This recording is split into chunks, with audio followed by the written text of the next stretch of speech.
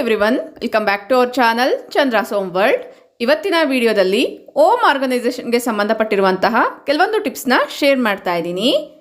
ಬೆಳಗ್ಗೆ ಮಾಡುವಂತಹ ಈ 11 ಕೆಲಸಗಳಿಂದ ದಿನ ಪೂರ್ತಿ ಮನೆ ಆರ್ಗನೈಸಿಂಗ್ ಆಗಿ ಇರುತ್ತೆ.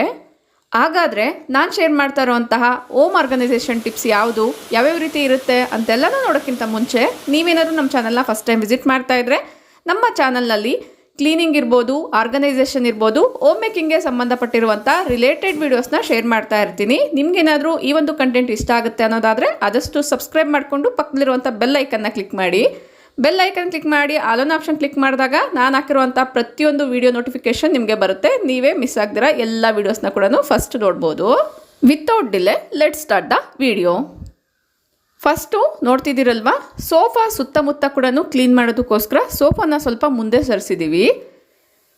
ಸೋಫಾನ ಸರಿಸ್ಬಿಟ್ಟು ಇಲ್ಲೆಲ್ಲ ಕೂಡ ಕ್ಲೀನ್ ಮಾಡಿದ ಆಗಿದೆ. ಜಸ್ಟ್ ನಾನು ಆರ್ಗನೈಸೇಷನ್ ಬಗ್ಗೆ ಮಾತ್ರನೇ ಈ ಒಂದು ವಿಡಿಯೋದಲ್ಲಿ ಶೇರ್ ಮಾಡ್ತಾ ಇರೋದ್ರಿಂದ ಎಲ್ಲದನ್ನ ಡೀಟೇಲ್ ಆಗಿ ತೋರಿಸ್ತಾ ಇಲ್ಲ. ಕ್ಲೀನ್ ಮಾಡಿರೋವಂಥದ್ದೆಲ್ಲ ಡೀಟೇಲ್ ಆಗಿ ತೋರಿಸ್ತಾ ಇಲ್ಲ. ಸೋಫಾ ಸುತ್ತಮುತ್ತ ಕೂಡ ನೀಟಾಗಿ ಒರೆಸಿದ ಆದಮೇಲೆ ಅದು ಪೂರ್ತಿ ಒಣಗಕ್ಕೆ ಬಿಟ್ಟಿದ್ದೀವಿ. ಪೂರ್ತಿ ಡ್ರೈ ಆದಮೇಲೆ ಈಗ ನಾನು ವಿಡಿಯೋದಲ್ಲಿ ತೋರಿಸ್ದಂಗೆ ಸೋಫಾನ ಕರೆಕ್ಟಾಗಿ ಆರ್ಗನೈಸ್ ಮಾಡ್ತಾ ಇದ್ದೀವಿ.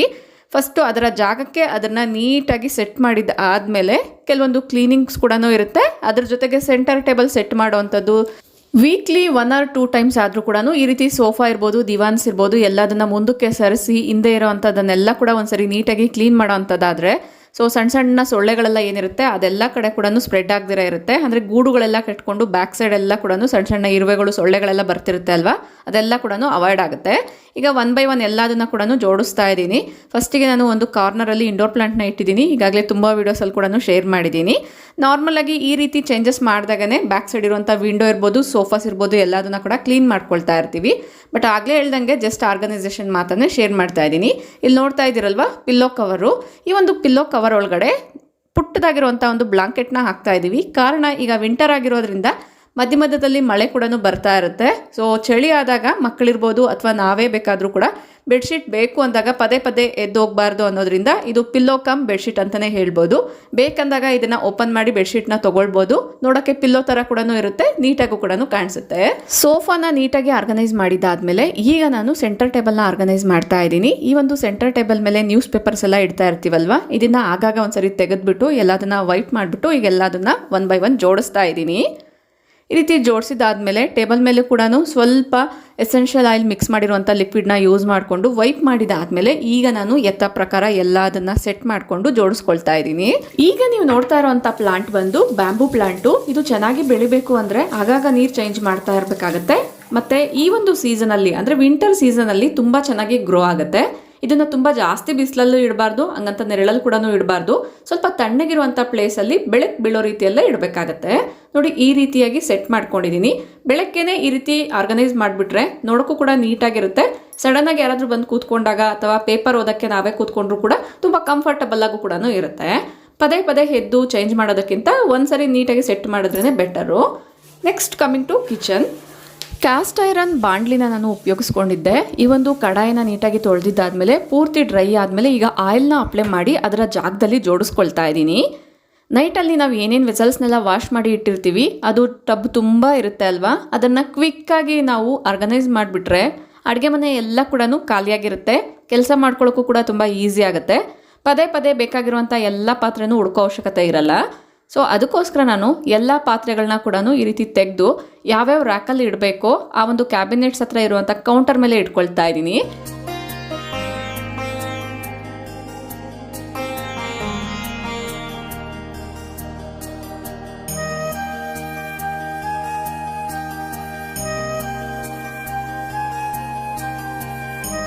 ಒನ್ಸ್ ಕ್ಯಾಬಿನೆಟ್ಸ್ ಹತ್ರ ಎಲ್ಲ ಕೂಡ ನೀಟಾಗಿ ಈ ರೀತಿ ಕೌಂಟರ್ ಮೇಲೆ ಜೋಡಿಸ್ಕೊಂಡ್ಬಿಟ್ರೆ ಎತ್ತಿಡೋದು ತುಂಬ ಸುಲಭ ಆಗುತ್ತೆ. ಒಂದ್ಸರಿ ಕ್ಯಾಬಿನೆಟ್ನ ಓಪನ್ ಮಾಡಿಬಿಟ್ಟು ಎಲ್ಲದನ್ನ ಕೂಡ ಅಟ್ ಎ ಟೈಮ್ ಇಟ್ಬಿಡ್ಬೋದು. ಒಂದೇ ಸರಿ ಕ್ಲೋಸ್ ಕೂಡ ಮಾಡ್ಬೋದು. ಇಲ್ಲಿ ಅಬ್ಸರ್ವ್ ಮಾಡ್ತಾ ಇರ್ಬೋದು, ಪ್ಲೇಟ್ಸ್ ಎಲ್ಲ ಕೂಡ ಈ ರೀತಿ ಒಂದ್ಸರಿ ಓಪನ್ ಮಾಡಿಬಿಟ್ಟು ಅದರಲ್ಲಿ ಇಡಬೇಕಾಗಿರುವಂಥದ್ದೆಲ್ಲ ಕೂಡ ಇಟ್ಬಿಟ್ಟು ಈಸಿಯಾಗಿ ಕ್ಲೋಸ್ ಮಾಡ್ಬೋದು. ನೀವು ಕೂಡ ಇದೇ ಥರ ಮಾಡ್ತೀರಾ? ಕಮೆಂಟ್ ಮಾಡಿ ತಿಳಿಸಿ. ನೆಕ್ಸ್ಟು, ಈ ಒಂದು ವಿಂಟರ್ ಸೀಸನಲ್ಲಿ ಮೊಸರು ಮಾಡಬೇಕು ಅನ್ನೋದಾದರೆ ಒಂದು ದೊಡ್ಡ ಟಾಸ್ಕ್ ಅಂತಲೇ ಹೇಳ್ಬೋದು.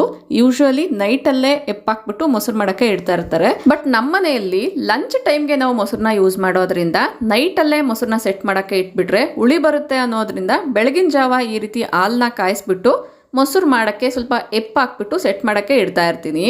ಸೊ ಈಗ ಇಲ್ಲಿ ನೀವು ಅಬ್ಸರ್ವ್ ಮಾಡ್ಬೋದು, ಹಾಲನ್ನ ಕಾಯಿಸೋಕ್ಕೆ ಇಟ್ಟಿದ್ದೆ ಅಲ್ವಾ. ಸೊ ಲಾಸ್ಟ್ ಡೇ ಹಾಲು ಏನಿರುತ್ತೆ ಆ ಒಂದು ಹಾಲನ್ನ ಉಪಯೋಗಿಸ್ಕೊಂಡು ಮೊಸರು ಮಾಡ್ತಾ ಇರ್ತೀನಿ. ತುಂಬ ಜನ ಕಮೆಂಟ್ ಮಾಡ್ತಿರ್ತೀರಾ ಹಾಲು ಅಂತ ನಾನು ಉಚ್ಚಾರಣೆ ಮಾಡಿದಾಗ ಸ್ವಲ್ಪ ಪ್ರೊನೌನ್ಸೇಷನ್ ರಾಂಗ್ ಇದೆ ನೋಡ್ಕೊಳ್ಳಿ ಅಂತ. ಆದಷ್ಟು ನಾನು ಟ್ರೈ ಮಾಡ್ತಾ ಇದ್ದೀನಿ. ಈಗ ಹಾಲು ಸ್ವಲ್ಪ ಉಗುರು ಬೆಚ್ಚಗಿದೆ, ಇದರಲ್ಲಿ ಹಾಕ್ಬಿಟ್ಟು ನಾನು ಮೈಕ್ರೋವೇವ್ನ ಪ್ರೀಹೀಟ್ ಮಾಡೋಕ್ಕೆ ಇಡ್ತಾ ಇದ್ದೀನಿ. ಯಾಕಂದರೆ ವಿಂಟರ್ ಸೀಸನ್ ಆಗಿರೋದ್ರಿಂದ ಥಂಡಿಗೆ ಬೇಗ ಮೊಸರು ಸೆಟ್ ಆಗಲ್ಲ ಅನ್ನೋದಕ್ಕೋಸ್ಕರ ಮೊದಲು ನಾನು ಈ ಒಂದು ಮೊಸರನ್ನ ಇಡೋದಕ್ಕೋಸ್ಕರ ಮೈಕ್ರೋವೇವ್ನ ಪ್ರೀಹೀಟ್ ಮಾಡೋಕ್ಕೆ ಇಟ್ಟಿದ್ದೀನಿ. ನೋಡ್ತಾ ಇರ್ಬೋದು ತುಂಬ ತಣ್ಣಗೆ ಇರುತ್ತೆ, ತಣ್ಣಗಿರುವಂಥ ಗಾಳಿ, ವೆದರ್ ಕೂಡ ಸ್ವಲ್ಪ ಮೋಡ ಇರೋದ್ರಿಂದ ಬೇಗ ಮೊಸರು ಸೆಟ್ ಆಗಲ್ಲ.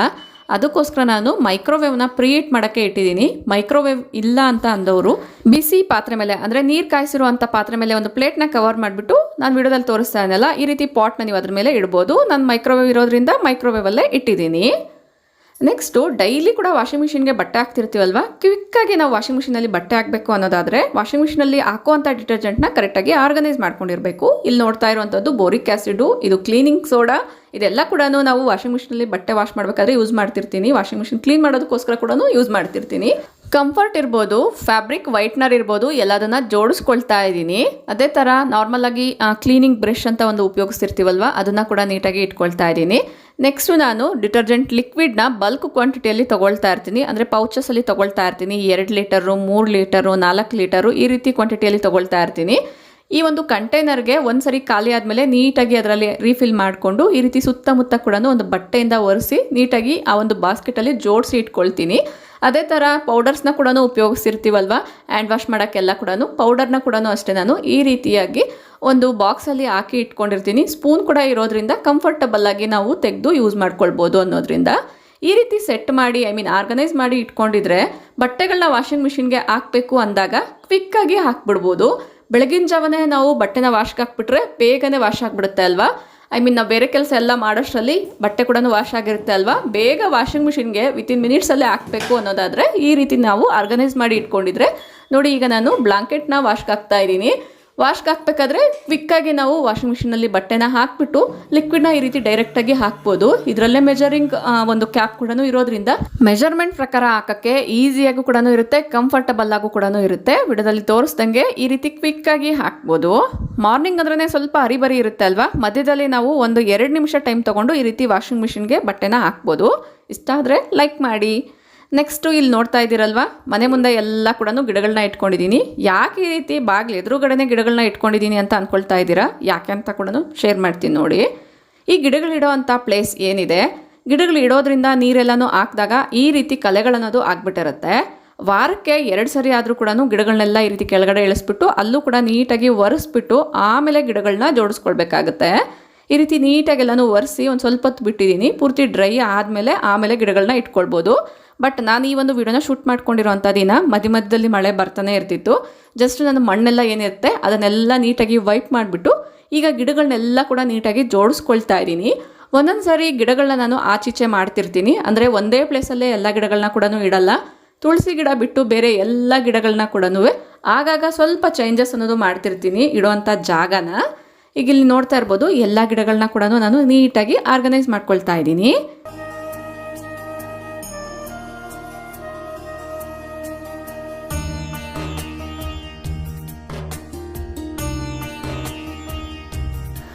ನೋಡ್ತಿದ್ದೀರಲ್ಲ, ಎಲ್ಲ ಗಿಡಗಳನ್ನ ನೀಟಾಗಿ ಜೋಡಿಸ್ಕೊಂಡು ಸೆಟ್ ಮಾಡಿದಾದ್ಮೇಲೆ ಈ ರೀತಿಯಾಗಿ ಕಾಣಿಸ್ತಾ ಇದೆ. ಒಂದೊಂದು ಸರಿ ಒಂದೊಂದು ರೀತಿಯಾಗಿರುವಂಥ ಗಿಡಗಳನ್ನ ನಾನು ಚೇಂಜಸ್ ಮಾಡ್ಕೊಳ್ತಾ ಇರ್ತೀನಿ. ಈಗ ನೋಡ್ತಾ ಇರೋಂಥದ್ದೆಲ್ಲ ಕೂಡ ಪಾಟ್ಸಲ್ಲಿ ಇಟ್ಟಿರುವಂಥ ಗಿಡಗಳು, ಮಣ್ಣಲ್ಲಿ ನೆಟ್ಟಿರುವಂಥ ಗಿಡಗಳು.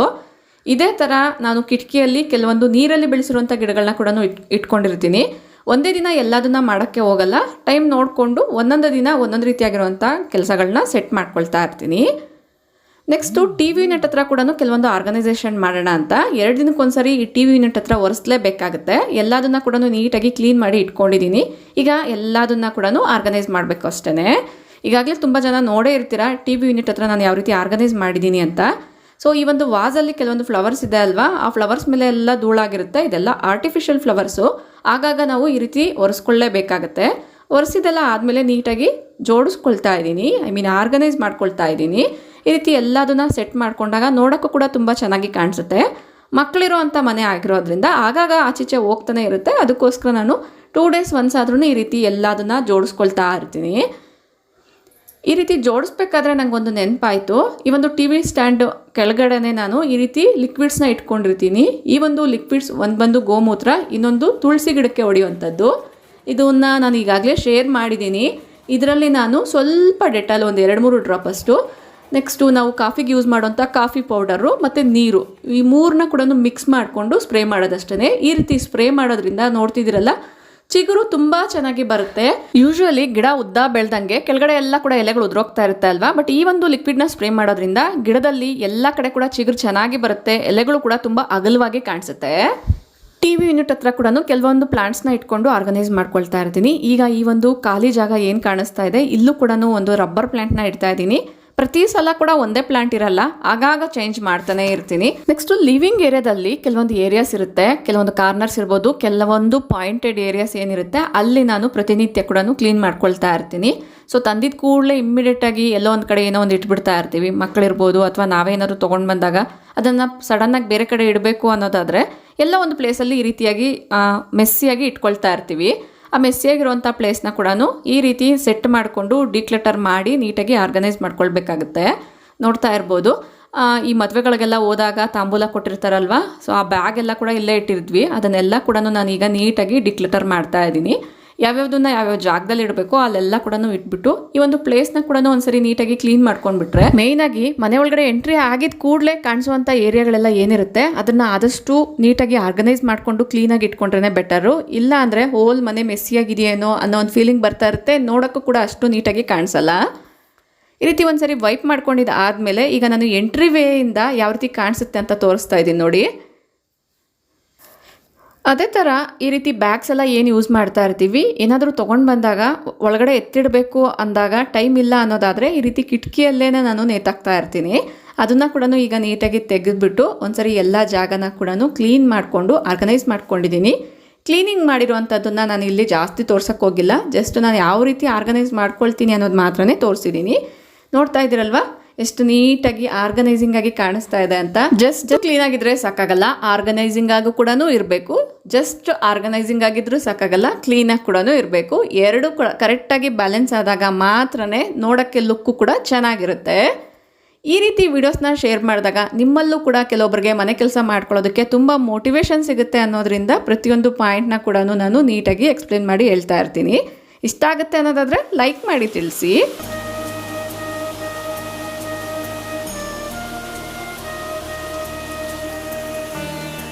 ಬೆಳಗಿನ ಜಾವನೇ ಮಳೆ ಬೀಳಬೇಕಾದ್ರೆ ಮನೆ ಕೂಡ ನೀಟಾಗಿದ್ದರೆ ಆ ಒಂದು ವಾತಾವರಣ ಏನಿರುತ್ತೆ ತುಂಬ ಪ್ರಶಾಂತವಾಗಿರುತ್ತೆ. ಬಟ್ ಮನೆ ಏನಾದರೂ ಮೆಸ್ಸಿಯಾಗಿತ್ತು ಅಂತ ಅನಿಸಿದ್ರೆ ತುಂಬ ಬೋರಿಂಗ್ ಆಗ್ತಾ ಇರುತ್ತೆ, ಕೆಲಸ ಮಾಡೋಕ್ಕೂ ಕೂಡ ಬಾಡಿ ಆ್ಯಕ್ಟಿವ್ ಆಗಿರಲ್ಲ ಈ ಒಂದು ವೆದರಿಂದ ಕೂಡ. ನೆಕ್ಸ್ಟು ಬೆಡ್ರೂಮು ಕೂಡ ನೀಟಾಗಿ ಆರ್ಗನೈಸಿಂಗ್ ಆಗಿ ಇರಬೇಕು ಅಂದರೆ ಮೇಯ್ನಾಗಿ ಪಾಯಿಂಟ್ ಮಾಡಬೇಕಾಗಿರುವಂಥದ್ದು ಬೆಡ್ನ ಸೆಟ್ ಮಾಡೋವಂಥದ್ದು ಇರ್ಬೋದು ಅಥವಾ ಬೆಡ್ಶೀಟ್ ಚೇಂಜ್ ಮಾಡೋವಂಥ ದಿನ ಆದರೆ ಕರೆಕ್ಟಾಗಿ ಬೆಡ್ಶೀಟ್ ಚೇಂಜ್ ಮಾಡೋವಂಥದ್ದು ಇರ್ಬೋದು. ಫಸ್ಟಿಗೆ ಬೆಡ್ನ ಸೆಟ್ ಮಾಡ್ಕೊಂಡಿದ್ದು ಆದಮೇಲೆ ನೆಕ್ಸ್ಟ್ ಕಮಿಂಗ್ ಟು ಬೆಡ್ ಪಕ್ಕದಲ್ಲಿರುವಂಥ ಬೆಡ್ ಸೈಡ್ ಟೇಬಲ್ಲು. ಇಲ್ಲೂ ಕೂಡ ಮಕ್ಕಳು ಅವ್ರದ್ದೇ ಆದಂಥ ಥಿಂಗ್ಸ್ನ ತರ್ತಾ ಇರ್ತಾರೆ. ನಾವು ಕೂಡ ಚಾರ್ಜರ್ಸ್ ಇರ್ಬೋದು, ವಾಟರ್ ಬಾಟಲ್ಸು, ಮೆಡಿಸಿನ್ಸು ಎಲ್ಲ ಕೂಡ ಇಲ್ಲಿ ಡಂಪ್ ಮಾಡ್ತಿರ್ತೀವಲ್ವ. ಜಸ್ಟ್ ಒಂದು 5 ನಿಮಿಷ ಟೈಮ್ ತಗೊಳುತ್ತೆ. ಇದೆಲ್ಲದನ್ನು ಕೂಡ ಡಿಕ್ಲಿಟರ್ ಮಾಡಿ ಅದರ ಜಾಗದಲ್ಲಿ ಜೋಡಿಸ್ಬಿಟ್ರೆ ಸಾಕಾಗುತ್ತೆ. ಎಲ್ಲದಕ್ಕೂ ಕೂಡ ಒಂದೊಂದು ಜಾಗನ ನಾವು ಫಿಕ್ಸ್ ಮಾಡಿ ಇಟ್ಕೊಂಡಿರೋದಾದರೆ ಮನೆ ಕ್ಲೀನಿಂಗು ಆರ್ಗನೈಸೇಷನ್ ಎರಡೂ ಕೂಡ ತುಂಬ ಸುಲಭ ಆಗುತ್ತೆ. ಇನ್ನು ಡೈಲಿ ಬೇಸ್ಡ್ ಮೇಲೆ ಈ ರೀತಿ ಅಭ್ಯಾಸಗಳನ್ನ ನಾವು ಇನ್ಕ್ಲೂಡ್ ಮಾಡ್ಕೊಳ್ಳೋದಾದರೆ ಡೀಪ್ ಕ್ಲೀನಿಂಗ್ ಅವಶ್ಯಕತೆ ಎಲ್ಲೂ ಕೂಡ ಬರಲ್ಲ. ಬೆಡ್ ಸೈಡ್ ಟೇಬಲ್ ಆದಮೇಲೆ ಮೇಯ್ನಾಗಿ ಬರುವಂಥದ್ದು ಸ್ಟಡಿ ಯೂನಿಟು. ಇಲ್ಲೂ ಕೂಡ ಕೆಲವೊಂದು ವಸ್ತುಗಳನ್ನೆಲ್ಲ ಕೂಡ ಈ ರೀತಿಯಾಗಿ ಮೆಸ್ಸಿಯಾಗಿ ಇಟ್ಟಿದ್ದೀವಿ. ಅದೆಲ್ಲದನ್ನು ಕೂಡ ಒಂದ್ಸರಿ ಸೆಟ್ ಮಾಡ್ಕೊಳ್ತಾ ಇದ್ದೀನಿ.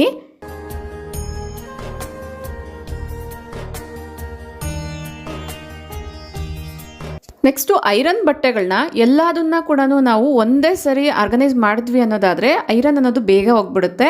ಜಾಸ್ತಿ ಬಟ್ಟೆಗಳಿದ್ದಾಗ ಅದಕ್ಕೆ ನಾನು ಅರ್ಧ ಬಟ್ಟೆಗಳನ್ನ ನೀಟಾಗಿ ಜೋಡಿಸ್ಕೊಂಡಿದ್ದೀನಿ. ಇನ್ನು ಉಳಿದಿರುವಂಥ ಅರ್ಧ ಬಟ್ಟೆಗಳನ್ನ ಈ ರೀತಿಯಾಗಿ ಅದೇ ಒಂದು ಬಟ್ಟೆಯಲ್ಲೇ ನೀಟಾಗಿ ಫೋಲ್ಡ್ ಮಾಡಿ ಒಂದು ಕಡೆ ನೀಟಾಗಿ ಇಟ್ಕೊಳ್ತೀನಿ.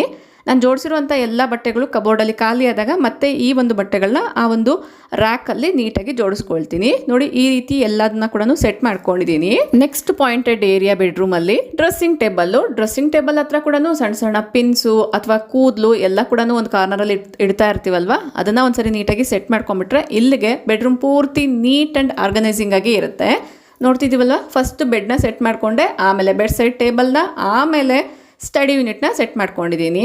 ನೀಟಾಗಿ ಗೊತ್ತಾಗಲಿ ಅನ್ನೋದ್ರಿಂದ ಲೈಟ್ನ ಆನ್ ಮಾಡಿ ಆಫ್ ಮಾಡಿ ಕೂಡ ತೋರಿಸ್ತಾ ಇದ್ದೀನಿ. ಬೆಳಗಿನ ಜಾವನೇ ಸ್ವಲ್ಪ ಲೈಟಿಂಗ್ ಅನ್ನೋದು ಕಡಿಮೆ ಕೂಡ ಇರುತ್ತೆ ಅಲ್ವಾ. ಸೊ ನೋಡಿ ಈ ರೀತಿ ಎಲ್ಲದನ್ನ ಕೂಡ ನೀಟಾಗಿ ಆರ್ಗನೈಸ್ ಮಾಡ್ಕೊಂಡಿದ್ದೀನಿ. ಇಷ್ಟ ಆದರೆ ಲೈಕ್ ಮಾಡಿ ತಿಳಿಸಿ. ನೆಕ್ಸ್ಟ್ ಏನು ಅಂತ ನೋಡೋಣ. ನೆಕ್ಸ್ಟು ವಾಶ್ರೂಮ್ಸು ಕೂಡ ಆರ್ಗನೈಸಿಂಗ್ ಆಗಿ ಇರಬೇಕು ಅನ್ನೋದಾದರೆ ಸ್ನಾನ ಮಾಡೋಕ್ಕೆ ವಾಶ್ರೂಮ್ ಒಳಗಡೆ ಹೋದಾಗ್ಲೇ ಒಂದ್ಸರಿ ಚೆಕ್ ಮಾಡ್ಕೊಳ್ಬೇಕಾಗುತ್ತೆ ಯಾವ್ಯಾವ ಏರಿಯಾನ ನಾವು ರೀಅರೇಂಜ್ ಮಾಡಬೇಕಾಗತ್ತೆ ಅಂತ. ಸ್ನಾನ ಮಾಡೋದಕ್ಕಿಂತ ಮುಂಚೆನೇ ಒಂದ್ಸರಿ ಎಲ್ಲ ಏರಿಯಾಸ್ನ ಪಾಯಿಂಟ್ ಔಟ್ ಮಾಡಿ ನೀಟಾಗಿ ಆ ಒಂದು ಕ್ಲಟರ್ನೆಲ್ಲ ತೆಗೆದುಬಿಟ್ಟು ಏರ್ ಬ್ಯಾಂಡ್ಸು ರಿಬ್ಬನ್ಸ್ ಎಲ್ಲ ಏನಿರುತ್ತೆ ತಲೆಗೆ ಎಣ್ಣೆನ ಅಪ್ಲೈ ಮಾಡಿದಾಗ ಇದನ್ನೆಲ್ಲ ಯೂಸ್ ಮಾಡಿರ್ತೀವಲ್ವ, ಸೊ ಅದೆಲ್ಲದನ್ನ ಕೂಡ ಈ ರೀತಿ ವಾಶ್ರೂಮಲ್ಲೇ ಜಸ್ಟ್ ನಾವು ಯೂಸ್ ಮಾಡೋಂಥ ಶಾಂಪೂ ಅಥವಾ ಸೋಪಿಂದ ನೀಟಾಗಿ ಒಂದ್ಸರಿ ವಾಶ್ ಮಾಡಿಕೊಂಡು ಅದನ್ನು ಡ್ರೈ ಆಗೋಕ್ಕೆ ಇಟ್ಟರೆ ಸಾಕಾಗುತ್ತೆ. ಸ್ನಾನ ಮಾಡೋದಕ್ಕಿಂತ ಮುಂಚೆನೇ ಈ ರೀತಿ ಕೆಲಸಗಳೆಲ್ಲ ಮಾಡ್ಕೊಳ್ಳೋದಾದರೆ ನಮಗೆ ತುಂಬ ಈಸಿ ಆಗುತ್ತೆ. ಎಲ್ಲ ಕಡೆ ಮೆಸ್ಸಿ ಆಗ್ದಿರ ನೀಟಾಗಿ ಆರ್ಗನೈಸಿಂಗ್ ಆಗು ಕೂಡ ಇರುತ್ತೆ. ಕೇವಲ ಒಂದು 2 ನಿಮಿಷ ಎಕ್ಸ್ಟ್ರಾ ತೊಗೊಳುತ್ತೆ ಅಷ್ಟೇ. ಪ್ರತಿನಿತ್ಯ ಕೂಡ ಈ ರೀತಿ ನಾವು ಸೆಟ್ ಮಾಡ್ಕೊಳ್ಳೋದ್ರಿಂದ ಸ್ನಾನ ಮಾಡೋದಕ್ಕಿಂತ ಮುಂಚೆ ಅಥವಾ ಸ್ನಾನ ಆದಮೇಲೆ ಕ್ವಿಕ್ಕಾಗಿ ಆ ಒಂದು ವಾಶ್ರೂಮ್ಸಲ್ಲೂ ಕೂಡ ನೀರನ್ನ ಈ ರೀತಿ ಎಲ್ಲ ಕಡೆ ಹಾಕೋದ್ರಿಂದ ಏನಾದರೂ ಬಾತ್ ಪೌಡರ್ ಮಾರ್ಕ್ಸ್ ಎಲ್ಲ ಅಲ್ಲೂ ಇಲ್ಲಿ ಉಳ್ಕೊಂಡಿದ್ರೆ ಅದೆಲ್ಲ ಕೂಡ ನೀಟಾಗಿ ಹೋಗುತ್ತೆ. ಸೊ ಅದೇ ಒಂದು ಬಕೆಟಲ್ಲಿ ನೀರೇನಾದರೂ ಇದ್ರೂ ಕೂಡ ಹಾಕ್ಬೋದು, ಅಥವಾ ಈ ರೀತಿ ಗನ್ ಸಹಾಯದಿಂದ ಕೂಡ ನೀರನ್ನ ಹಾಕೋದ್ರಿಂದ ಏನಾದರೂ ಕಲೆಗಳೆಲ್ಲ ಇದ್ದರೆ ಅದೆಲ್ಲ ಕೂಡ ಹೋಗ್ಬಿಡುತ್ತೆ. ಈ ರೀತಿ ಮಾಡೋದ್ರಿಂದ ಎನಿ ಟೈಮ್ ಬಾತ್ರೂಮ್ ಕೂಡ ಆರ್ಗನೈಸಿಂಗ್ ಆಗಿ ಇರುತ್ತೆ. Next coming to kitchen. ಬೆಳಗ್ಗೆ ಬ್ರೇಕ್ಫಾಸ್ಟ್ ಎಲ್ಲ ಆದಮೇಲೆ ಕಿಚನಲ್ಲಿರುವಂಥ ಪಾತ್ರೆಗಳೆಲ್ಲ ಕೂಡ ಒಂದ್ಸರಿ ಆರ್ಗನೈಸ್ ಮಾಡ್ಕೊಳ್ಳೋಣ. ಕಿಚನ್ ಕ್ಲೀನಾಗಿದೆ ಬಟ್ ಆರ್ಗನೈಸಿಂಗ್ ಆಗಿ ಇಲ್ಲ. ಅಬ್ಸರ್ವ್ ಮಾಡ್ಬೋದು ನೀವಿಲ್ಲಿ ಕೌಂಟರ್ ಮೇಲೆ ಎಲ್ಲ ಕೂಡ ನೀಟಾಗಿ ಕಾಣಿಸ್ತಾ ಇದೆ. ಫಸ್ಟಿಗೆ ನಾನು ಲೆಫ್ಟ್ ಓವರ್ ರೈಸು ಅಥವಾ ಲೆಫ್ಟ್ ಓವರ್ ಫುಡ್ ಎಲ್ಲ ಏನಿರುತ್ತೆ ಅದನ್ನು ಒಂದೊಂದು ಬೌಲಲ್ಲಿ ಹಾಕ್ಕೊಂಡು ನೀಟಾಗಿ ಹಾಟ್ ಪಾಟ್ ಸ್ಟ್ಯಾಂಡ್ ಮೇಲೆ ಇಟ್ಕೊಳ್ತಾ ಇದ್ದೀನಿ. ಈ ರೀತಿ ಹಾಟ್ ಪಾಟ್ ಸ್ಟ್ಯಾಂಡ್ಸ್ನ ಉಪಯೋಗಿಸ್ಕೊಳ್ಳೋದ್ರಿಂದ ಲುಕ್ಕು ಕೂಡ ತುಂಬ ಚೆನ್ನಾಗಿರುತ್ತೆ ಮತ್ತು ಕೌಂಟರ್ ಮೇಲೆ ಎಲ್ಲ ಕೂಡ ಜಿಡ್ಡ ಆಗ್ದಿರ ನೀಟಾಗಿ ಕ್ಲೀನಾಗಿರುತ್ತೆ.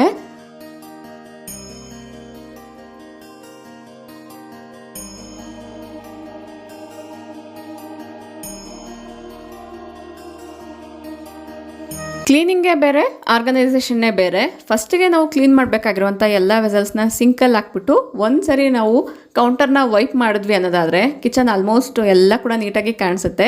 ಜಸ್ಟ್ ನಮಗೆ ಲಾಸ್ಟಲ್ಲಿ ಒಂದು ಕೆಲಸ ಮಾತ್ರ ಉಳ್ಕೊಂಡಿರುತ್ತೆ, ವೆಸಲ್ ಕ್ಲೀನಿಂಗು. ಅಫ್ಕೋರ್ಸ್ ಅದೇ ಒಂದು ದೊಡ್ಡ ಬಿಗ್ ಟಾಸ್ಕ್ ಅಂತಲೇ ಹೇಳ್ಬೋದು. ಬಟ್ ಆದರೂ ಕೂಡ ಕಿಚನ್ ಒಂದ್ಸರಿ ನೀಟಾಗಿ ಸೆಟ್ ಮಾಡ್ಕೊಂಡ್ವಿ ಅನ್ನೋದಾದರೆ ಬೇರೆ ಕೆಲಸನ ಮಾಡೋದಕ್ಕೆ ನಮಗೂ ಕೂಡ ಮೋಟಿವೇಶನ್ ಸಿಗುತ್ತೆ ಅಲ್ವಾ. ಸ್ಟವ್ನೆಲ್ಲ ಕೂಡ ಒಂದ್ಸರಿ ವೈಪ್ ಮಾಡ್ಕೊಳ್ತಾ ಇದ್ದೀನಿ.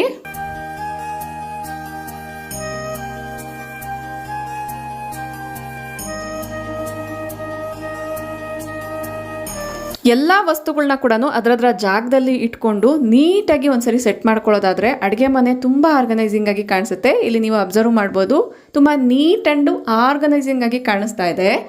ಐ ಹೋಪ್ ಈ ಒಂದು ವಿಡಿಯೋ ನಿಮ್ಮೆಲ್ಲರಿಗೂ ಕೂಡ ಉಪಯೋಗ ಆಗುತ್ತೆ ಅನ್ನೋದ್ರಿಂದ ಶೇರ್ ಮಾಡಿದ್ದೀನಿ. ಈ ಒಂದು ವಿಡಿಯೋ ನೋಡಿರೋದ್ರಿಂದ ನಿಮಗೂ ಕೂಡ ಕ್ಲೀನಿಂಗ್ ಮೋಟಿವೇಶನ್ ಸಿಗ್ಬೋದು ಅಂತ ಅಂದ್ಕೊಂಡಿದ್ದೀನಿ. ಈ ವಿಡಿಯೋ ನಿಮ್ಗೆ ಏನಾದರೂ ಇಂಟ್ರೆಸ್ಟಿಂಗ್ ಆಗಿತ್ತು, ಯೂಸ್ಫುಲ್ ಆಯಿತು ಅನಿಸಿದ್ರೆ ಈಗಲೇ ಒಂದು ಲೈಕ್ ಮಾಡಿ, ನಿಮ್ಮ ಫ್ರೆಂಡ್ಸ್ ಆ್ಯಂಡ್ ಫ್ಯಾಮಿಲಿ ಜೊತೆಗೂ ಶೇರ್ ಮಾಡಿ. ನಿಮ್ಮ ಅನಿಸಿಕೆ ಅಭಿಪ್ರಾಯಗಳನ್ನ ನನಗೆ ಕಮೆಂಟಲ್ಲಿ ತಿಳಿಸಿ. Thank you for watching. ನಮಸ್ತೆ.